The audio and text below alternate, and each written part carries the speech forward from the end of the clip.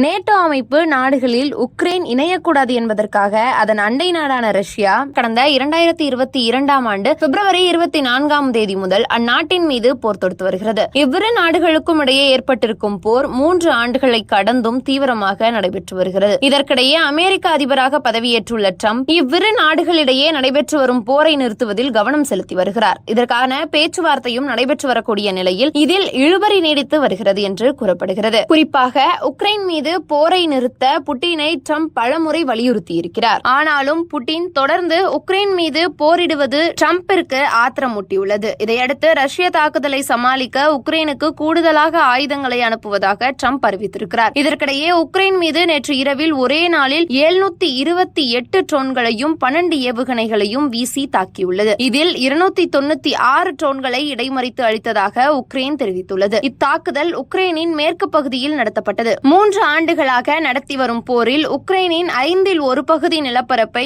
Russia தன் வசப்படுத்தியுள்ளது குறிப்பிடத்தக்கது.